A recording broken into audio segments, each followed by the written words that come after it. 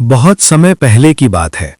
महान तपस्वी ऋषि अगस्त्य घने वन में अपने आश्रम में कठोर तपस्या करते थे। उनका तेज इतना प्रबल था कि देवता भी उनका सम्मान करते थे। वे संसार के मोह, धन और वैभव से दूर रहते थे। एक दिन ऋषि अगस्त्य अपने पितरों का तर्पण कर रहे थे। उसी समय उन्हें दिव्य दृष्टि से दिखाई दिया कि उनके पूर्वज अधर में लटके हुए हैं और दुख भोग रहे हैं। ऋषि ये देखकर व्याकुल हो उठे। उन्होंने अपने पितरों से पूछा, हे पितरों, आप इस प्रकार कष्ट क्यों भोग रहे हैं? पितरों ने उत्तर दिया, हे अगस्त्य, तुमने विवाह नहीं किया और तुम्हारी कोई संतान नहीं है। जब तक तुम्हारे वंश को आगे बढ़ाने वाली संतान नहीं होगी, तब तक हमें पितृ ऋण से मुक्ति नहीं मिलेगी। ये सुनकर ऋषि अगस्त्य गहरे चिंतन में डूब गए। वे जानते थे कि उनका जीवन तपस्या और त्याग के लिए है, लेकिन पितरों का ऋण चुकाना भी उनका धर्म था। उन्होंने निश्चय किया कि वे विवाह करेंगे, परंतु ऐसी स्त्री से जो रूप, गुण, बुद्धि और चरित्र में अद्वितीय हो। तब ऋषि अगस्त्य ने अपने योग बल से एक अद्भुत कन्या की रचना करने का संकल्प लिया। उन्होंने संसार के सबसे सुंदर और श्रेष्ठ अंगों को अपने ध्यान में धारण किया।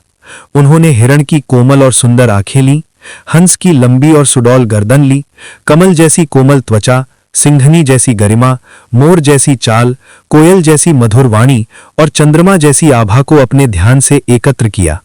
इन सभी श्रेष्ठ गुणों और सौंदर्य से उन्होंने एक दिव्य कन्या की रचना की। वो इतनी सुंदर थी कि उसे देखकर देवता भी चकित रह जाते।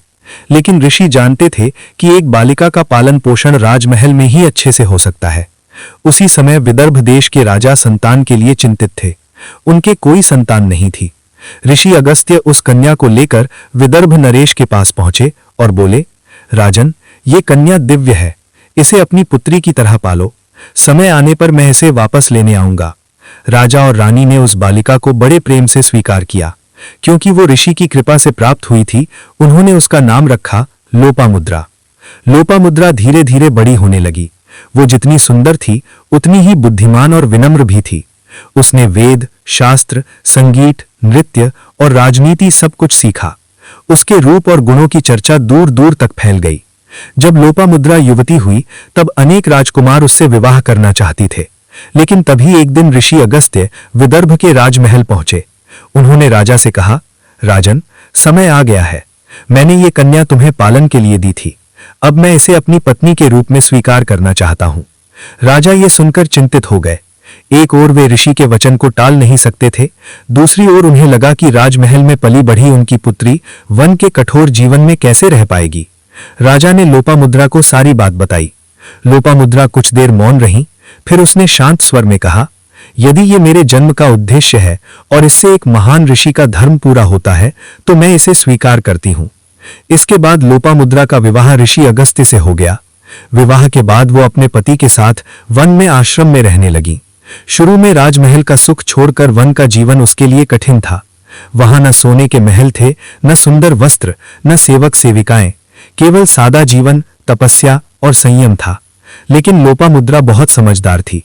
उसने धीरे धीरे आश्रम के जीवन को अपना लिया।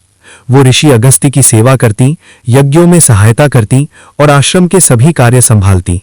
कुछ समय बाद लोपामुद्रा ने अगस्त्य से कहा, स्वामी, मैं आपके साथ प्रसन्न हूं, लेकिन गृहस्थ जीवन के लिए कुछ धन और साधन भी आवश्यक है। ऋषि अगस्त्य ने उसकी बात को उचित माना। तब वे कई राजाओं के पास गए और उनसे धन प्राप्त किया। कहा जाता है कि इसी कारण बाद में उन्होंने दानव इलवल और वातापी का अंत भी किया, क्योंकि वे ब्राह्मणों को छल कर मारते थे। धन प्राप्त करने के बाद अगस्त्य और लोपामुद्रा ने संतुलित गृहस्थ जीवन बिताया। समय आने पर उनके यहाँ एक पुत्र का जन्म हुआ। पुत्र के जन्म के साथ ही ऋषि अगस्त्य के पितरों को मुक्ति मिल गई। वे प्रसन्न होकर आशीर्वाद देने लगे। इस प्रकार ऋषि अगस्त्य ने अपने पितृ ऋण को चुकाया और लोपामुद्रा ने एक आदर्श पत्नी, विदुषी और त्यागमयी स्त्री के रूप में अपना स्थान बनाया। ये कथा हमें सिखाती है कि जीवन में तपस्या और त्याग जितने महत्वपूर्ण हैं, उतना ही महत्वपूर्ण अपने कर्तव्यों और परिवार के प्रति धर्म निभाना भी है।